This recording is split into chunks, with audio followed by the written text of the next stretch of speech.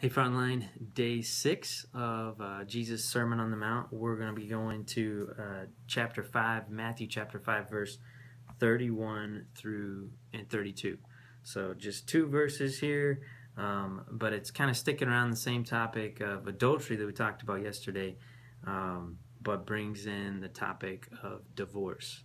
So kind of getting a little heavy and serious, but let's check it out. Let's read the truth. Can't hide from it. Got to just read it and go through it. So let's read it. This is Jesus again. He says, "It has been said, anyone who divorces his wife must give her a certificate of divorce.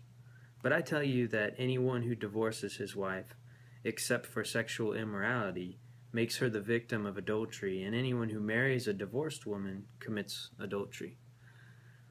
And so here we have Jesus again taking something from the Old Testament, a commandment from the Old Testament about giving a certificate of divorce and making it, taking it to another level and saying, guess what?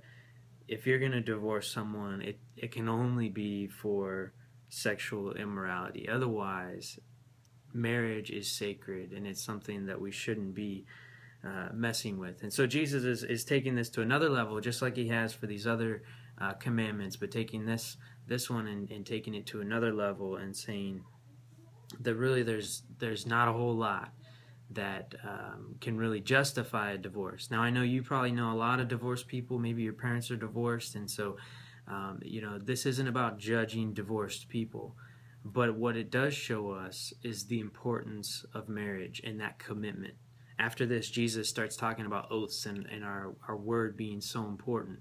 And so you, as a student, as a teenager, this is an opportunity to look forward into the future and the commitments that you're going to make in the future, and that marriage commitment that you might make someday, that when you make that commitment, that you don't take it lightly, that you understand that marriage is sacred and it's not just a legal agreement between the city and you and your spouse, but it is a commitment between you, your spouse, and God, and that God takes it seriously, and it's an important, sacred relationship in our lives that is super important. And it just shows there, as Jesus talks about divorce, how really he doesn't want that to happen, because divorce hurts.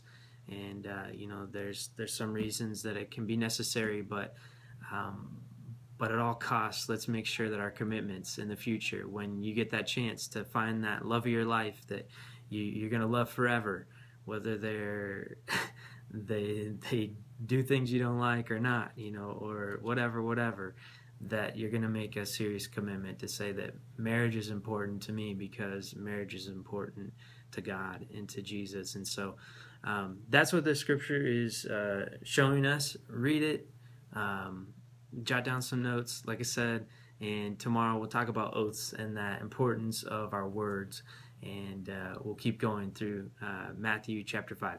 All right, see you guys tomorrow.